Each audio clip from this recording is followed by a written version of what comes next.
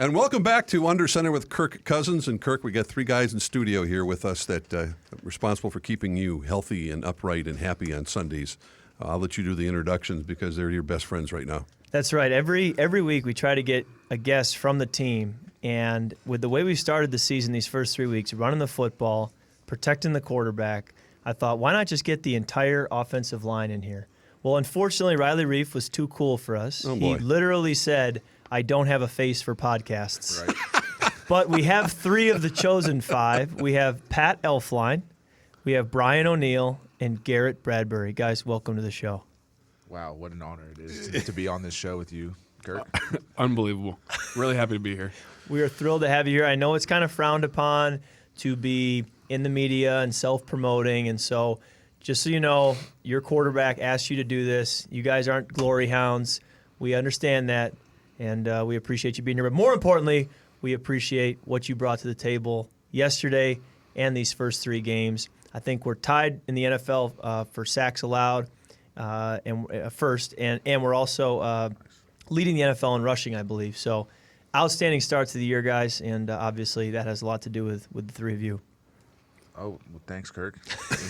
Couldn't do it without you as well. It's a group effort, so takes all 5, takes all 11 on the field. What did you notice yesterday in the game? You told me early on, I think it was Friday's practice, you saw me at my locker, and I was kind of sitting going through some things, and you said you could tell something was bothering me, and I just said, I don't know, I just don't feel like I have this nailed down yet.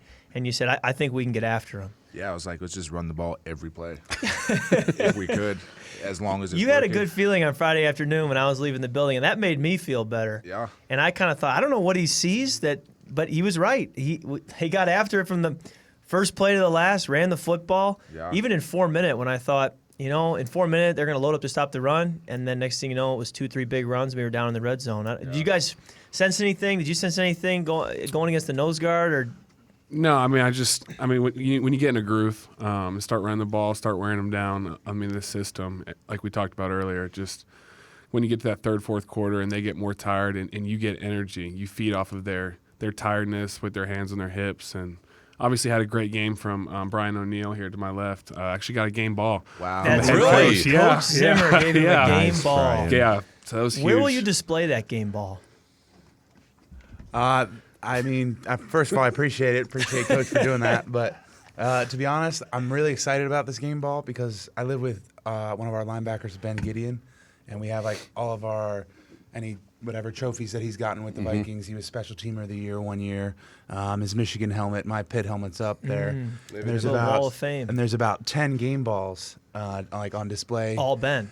And 9 of them are Ben. And there's only one of mine from last year. So every time we have people come over and they check out the house and whatnot, everybody's like, where are all your balls? I'm like, oh, well, the only one I have is right there at the bottom. So we're going to take one of his down and put one of mine up. So. I like it. Well, it's quite an evolution for you guys to see this running game, which is unusual in the National Football League. Maybe all of you could kind of speak to how it started, maybe even back in OTAs to where you are today, and with Gary Kubiak's influence and what it's like to block for Dalvin Cook. I mean, my goodness, this kid is ripping up the NFL right now. Yeah. Dalvin's special. We know going into each week that we don't have to give him a lot.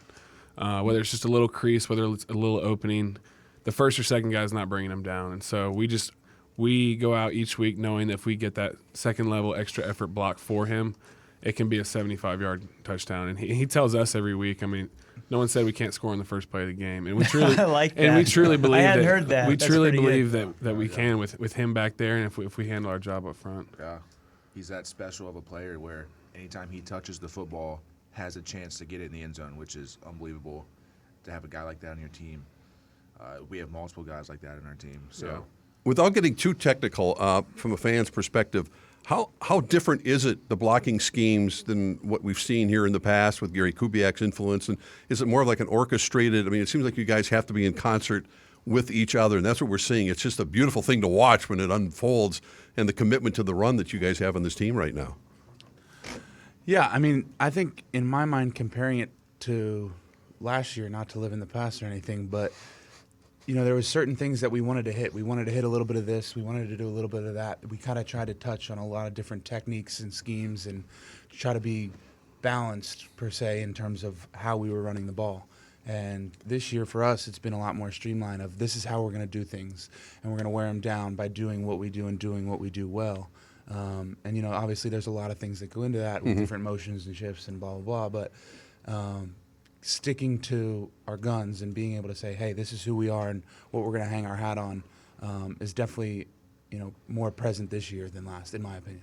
Having an identity helps, knowing what you do well, what you aren't going to major in, and playing to your strengths. It really helps. And I think the first 3 weeks of the season, you learn your identity.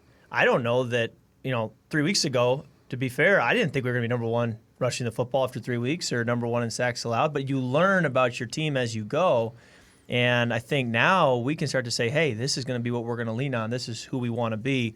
Dalvin Cook, running the football, outside zone. And I couldn't have dreamed up a better identity than just being able to pound the beef, as Pat Elfine likes to say. I think there was a line in the locker room yesterday. Pat said, has anybody seen my beef? I think it's been all pounded today. Yeah, we left it all out there in the field, Brian. I'd say so. Well done. Yeah, it was a Now, good day. when we were in the hotel Saturday night, we're getting our late night snack meal when meetings ended before heading up to our rooms. You know, and the butterflies are starting as we're getting closer to the game day. And Pat's got a hat on, and I can tell that the hair in the back of underneath his hat in the back is pretty long. But the hair on the sides around the ears is awfully short. And I looked at him, I said, Pat, did you get a haircut today? And he said, matter of fact, I did. I said, did you get a mullet? And I could tell the hat, he wasn't really ready to show the world, but he said, you caught me. I did. And so he took off his hat and showed me the mullet. Right. I don't know if you might want to show it right now, but this is radio, but we got this on video as well. It's a baby mullet. He calls it. It's a young mullet. It's a young mullet. It's not there yet, but he's working on it. Yeah, so you're gonna let it go. I couldn't be more proud. I'm gonna let it go at the moment. It's going. Yeah. It's funny he said he's gonna let it go at the moment. You know, I've wondered how long he's gonna let the mullet go because right there. I know he has a big day coming up in April next year. Yeah, what's going on in April? So I don't want to steal his thunder, but he'll let you talk about it. I'm getting married in April, and I don't know if the mullet is invited. I think Emily will let you wear it. She might let me. She likes it. She's all about it right now. Love it. Yeah. Love it. Well, I'm all about it, too. The mullet's back, right? I think the mullet I don't think it ever left. It never left. Yeah. It's a young mullet at the moment, but it's growing each day, one day at a time. Whoa, look at that mullet. Wow. We're taking a look in studio here right now. If you're listening on the radio, it's a little different, but maybe you can catch it on our videos, Vikings Entertainment Network. We got Kirk Cousins wearing a mullet, a projected mullet. Guys, what do you think? Is that a winning look? What do you think? Pat had a great comparison. Yeah. So I'm a big Joe Dirt fan. There it is. That's it right there. That's Kurt Dirt. Kurt Dirt. K-I-R-T or U-R-T? K-I-R-T. And then the last name, D-I-R-T. Dirt. Don't try to church it up either. Kirk also started, I think you started the season, at least when I first saw you, you were clean shaven. Now you got the beard going. Yeah. But there's some thoughts that perhaps we could go to the Ryan Fitzpatrick beard. Oh, wow. Well, we're on our way there. What do you think? Is this a look, so make you even meaner looking? So we were sitting in the cafeteria one evening at the end of a long training camp day, probably a week and a half into training camp, and Adam and Garrett, really with no context, just looked at me and said, you would look good in a beard. We were just talking about this. You should grow a beard. And I said, well, I've had a beard before. I can grow one back. So I did. Well, that was early August. So I'm still going here at the end of September, and I don't really know when to stop. I'm kind of waiting for Garrett and Adam to tell me to shave it, I guess. Yep. What do you think, Garrett? So until I hear. If we could have that beard with the Kurt Dirt look, we're going to win a lot of ball games. That's where now, my mind's the other at. point is, while we were sitting in the cafeteria that day talking about whether I should grow a beard or not, you were pounding a bag of chips. Speaking of. And I looked at you and I said, like, what is your deal with these chips? And, yeah, just tell the world your fascination with these chips. You know, something, I think a bag of garden salsa a day keeps the doctor away. So, I don't know. We just kind of bonded over garden salsa chips Garden salsa early in sun camp. chips became your thing. Yeah, and so in camp when you need to replenish all the nutrients when you're practicing and working out, at the end of the day. It's just a little bright spot in your day. It is a bright spot in a long training camp sun day. chips, garden salsa, 100% whole grain. Yeah, those are good. What good is chips. your caloric intake, you guys, in the course of a day? I mean, it's trying to keep your weight up and nutritional. I mean, there's all sorts of choices you have here in the cafeteria, healthy choices. But what's your weakness besides these chips? Some chips. I mean, 210 calories is really good. For whole grain, good quality energy. So I don't know. I don't count calories. I just Eat what you want. I kind of follow Pat's lead. He just pounds a lot of beef, and so I try and do what he does. It's worked for You him. guys are So steak eaters and Beef and ice cream usually. ice cream. Oh man. Yeah, ice cream. Yeah, beef, ice cream. Pat will actually be mad at me if I don't eat a bowl of ice cream the night before a game. Seriously? He'll ask me Wow. every Saturday night if I had ice cream, and if I don't, he's upset. So I'd make sure that I get a your bowl ice cream. and I let him know You that gotta hey, get I'm it. eating. But this past Saturday, Garrett made a little healthy milkshake kind of deal. I saw that. I Did saw that. ice cream, protein powder, bunch of fruit, bunch of spinach, It was green. Yeah. peanut Chia butter, seeds. Yeah. chia seeds. Good Did great. omega-3s. I felt good yesterday, so I might have to Keep that with going. Garrett's. What about before, like noon kickoff? What do you just have a regular breakfast? What's kind of is it individual things? Do you have a shake? Do you have a big breakfast? What do you like Just to back to beef and ice cream. do? Just hit a 12-ounce porterhouse. Yeah. It's 9 a.m. They have I mean, fillets there. If it ain't broke, They actually do have filet mignon for breakfast. oh, seriously. Yeah, the hotel mass produces filet mignon Yeah. for breakfast if you Yeah. want Hey, it. breakfast of champions. It works. Mashed beef at the hotel. Usually some eggs, some Yeah. potatoes. I always try to Oatmeal. find Brian Granola. at breakfast because Brian's my ride to the stadium.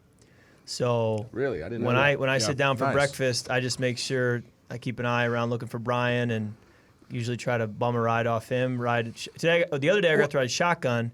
The week before that, the home game before that, I had to ride in the back. Speaking of, I saw you after the game on Cheers to that. Sunday, and you were in a van. Yes. Is that your van? Yeah, that's our family van, the gray van I got from my grandma. That's the one. What year is that? It's a 2000, and so it's old. It's sweet. It's got about 140,000 miles It's on like, it. what is Cousins doing in this van? My wife wants to sell it and then get a 2020 version of Nice. it, but I said, well, I mean, I like the 2000 version. If it ain't broke. We'll see who if it ain't wins. broke. Absolutely.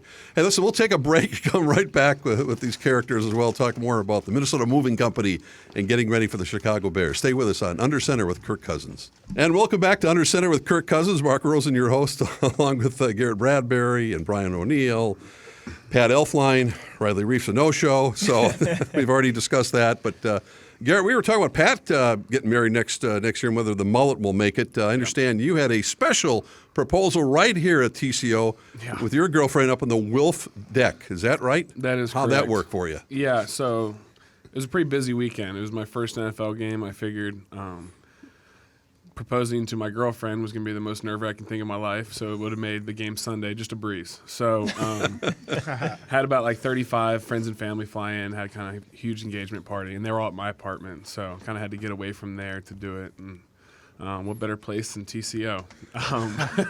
So did That's she a wonder? true Viking. Did she Very wonder what was up romantic. when got So over here? yeah, I dragged her over here because she comes with me at night to make cold brew for the O-line. He's a true servant. Yeah, Wow. so Yep. that's what Nice. the guys want. So Yeah. come over here, soak some cold brew overnight for about 12 to 24 hours. Obviously, the longer it soaks, the Better it tastes. stronger. stronger. Yeah. Stronger it is. Yeah. And so brought her over here and did it, and then went back and had a good party and obviously won the game. So it was a Sweet. special weekend. So jumping back to the game from Sunday, we called a quarterback draw on the 5-yard line. And I knew with my athleticism and speed, or lack thereof, that was a little far out. I'm a little more comfortable from the 2 or the 3, but we call it from the 5. And, the C's parted initially. Yep. I didn't really follow the double team that I needed to follow after watching the film. I probably could have saved myself a hit. Right. I see the safety one-on-one at the goal line, and I'm thinking, this is what Dalvin Cook has to deal with. Every play. And I thought, time. I don't really want to slide. I'm in a crowd. Every yard here is precious. So I just tried to lower my shoulder and be a football player. What did you guys think of that play? I thought you pounded the beef It there. was, yeah, I thought you were selling out. I saw it in your eyes. it was Like, gritty. Yeah, it was Very gritty. Yeah, I Blue loved it. collar, hand in the Anything to dirt. earn your respect, Even guys. though you Yeah. didn't get in, like the act of you doing that fired me up. Yeah. Okay. got me fired up. Well, then we got in, I believe, the next play. Yeah, So it was all part of the process. It was worth it. it was worth it. But yeah, you like to get after it a little bit, Kirk. I do, mostly run on the ball. quarterback sneaks. Quarterback sneaks. Occasional man coverage, Yeah. I'll take off if nobody's open, and then obviously your red zone quarterback draw. Right. We love all the rushing yards. That's right. We love They it. all count, They right? all count. They all count. Doesn't matter who does them. No. Nope. So, Pat, were you concerned they were going to call? There was originally a flag on Cook's touchdown, right? Yes, there was. And everyone up in the press box going, "Oh, what happened?" And people were speculating you got called for block behind the back or something, or what was the interpretation? And you looked at it on film. Yeah. There was no penalty. There was no penalty on film. Clean play, clean block. I think they were thinking it was a high-low block between the center and the guard, Garrett and myself. But I thought it was clean, and I think we scored on that play, right? We did. You did. We scored, so yeah, it was a good block. The refs had a long conversation, decided to pick up the I was flag. there I too. said, thank goodness, and ran to the I sideline. was in their ear a little bit too. I was like, "Hey man, that's a clean block." You clearly made a persuasive argument because they picked up the flag. Right. So they listened to me. What's the deal with the penalties around the league in general? I just feel like not even in our games, I'm watching on TV, and it's just one flag after another, and it's a stoppage and a stoppage. Yeah. And it's got to be tough for you guys to try to understand what you can do, what you can't do, what you Right. can get away with, what they're trying to emphasize. You always got to keep your hands inside. I think I saw a stat yesterday that offensive holding penalties were up like 60-some%. Wow, from clearly a last point of year. emphasis. Clearly a point of emphasis. So you just really got to lock in on your technique, keeping your hands inside. If anything gets questionable, you got to let the guy go. Yeah. So you don't want penalties. They'll really kill your drive. They'll take momentum away. So anything to avoid those. So keep your technique tight, hands inside, and don't even give the ref a chance to call it on you. That's what you want to do. Does Coach Zimmer get more upset about the physical mistakes or the mental mistakes when you break down film and you look at what's happening during the course of a game? Definitely mental. I mean, we've been stressing, reducing the number of penalties we get just because, part of our deal on offense is we want to stay on schedule. We want to have manageable second and third downs, and we've put ourselves in a couple first and 20s in the last 3 games. So being able to avoid those and kind of what we say stay on schedule is really important because he gets it. He understands sometimes somebody's going to make a really good play, and that's the nature of the game. But, things that we can avoid, keeping your hands inside, staying on sides, not false starting, is all avoidable. Kirk, with the Bears coming up, we'll talk more about it coming as the show progresses here. But as you guys go into Chicago and Soldier Field, and you're dealing with snap counts and the crowd noise, I think fans are always wondering what's that like, and how do you deal with crowd noise now? You're not at US Bank, you're at Soldier Field, and it's pretty loud in there. Yeah, we'll use our silent snap count in certain situations. It'll still be on my voice in other situations. Third downs at the goal line are really when it's the loudest, and we have to be aware of that. We have to be very good communicating in the huddle. We'll have practice all week. We'll have noise with big speakers to bring noise so that communication is challenging all week long, so we're ready for it on Sunday. But ultimately, we have to stay out of the situations like 3rd and 15 that get the crowd on their feet and try to be the one taking the fight to the opponent so that hopefully we have the momentum and we can kind of keep the crowd at bay and keep them in their seats as opposed to getting to their feet and making a bunch of noise. But that's one of the advantages of playing at home, as you see at our stadium. It becomes a big advantage to be able to have the crowd behind us. But good teams in this league can go on the road and find ways to win, and it'll be a great challenge for us coming up this Sunday. Get your guys' thoughts about a guy named KHALIL MACK. I mean, he's kind of everywhere now with the Bears, and we know what his impact can be, but you got your own assignments, but are you always cognizant of where that man is? We'll start with you, Garrett. I guess you're going to get your first chance to look at him. Yeah, I think every player in the NFL is a special player, and one thing I've learned just the 3 weeks I've been here is the most important thing that I need to do is focus on me, focus on my technique, my assignment each play, and then you get into individual studies of players but I think everything starts with ourselves, and I think Brian he blocked KHALIL last year, so I think he can probably touch on this a little bit better. I'll let Brian take it from there. Absolutely, you watch this man on tape and you go, he kind of nonstop motor. Got to have a plan. Oh, yeah, absolutely. You got to know where he is. He's a phenomenal player, has all the tools, smart, athletic, fast, physical, loves the game. He's got it all. There's a reason he's had the success he has. But, you can't let the last name beat you. It's something that Riley's kind of tried to tell me all throughout last year and this whole offseason is, yeah, he's a good player, and I'm very aware of that. Anybody who watches football is aware that KHALIL Mack is a great player. But that he wears number 52 for the Bears, you can't change what you do drastically just because everybody says how good he is. Everybody says how good he is because he is good, but he still has to make the plays, and we're still going to be there to try to stop him from doing so. That's well said. You do have to have a plan, and a lot of that is the coaches, early in the week putting a plan together so that players aren't left on an island blocking other great players. And you really do that every week, looking at the opponent and who their top guys are and how we have to contain them. Last week we said there were a couple guys in their defense we had to block, and our guys got them blocked, and it made a big difference. Garrett, before you get out of here, I got to ask you about the first play of the game yesterday. Mm-hmm. What happened with Kirk tripping over your feet? That must have been just a thrill to see that happen. Yeah, that was a great way to start the game. No, I mean, it's just that was on me. I mean, it just comes down to technique, and I got to have lower pads and a better backside hand and just gain ground with my first step. That's the nose guard jumped to cadence. When he snapped the ball, I felt like the nose guard was getting in the neutral zone quickly, and I could sense we got a problem here. And so right away, the rest of the game, we did some things with the snap count to unsettle them. That same player jumped off sides only a few snaps later. Right. And so it was great by our coaches and by our guys to pay attention to those kinds of things so that we can start to win that game within the game when it comes to the snap count and how to have that be a weapon for us and not something the defense can take advantage of. Tuesday is the traditional off day in the NFL. What does an off day look like for you guys? I think it's different for everybody. For me, I'm married with 2 kids. You guys are younger. You don't have kids. So what do your off days look like in the NFL?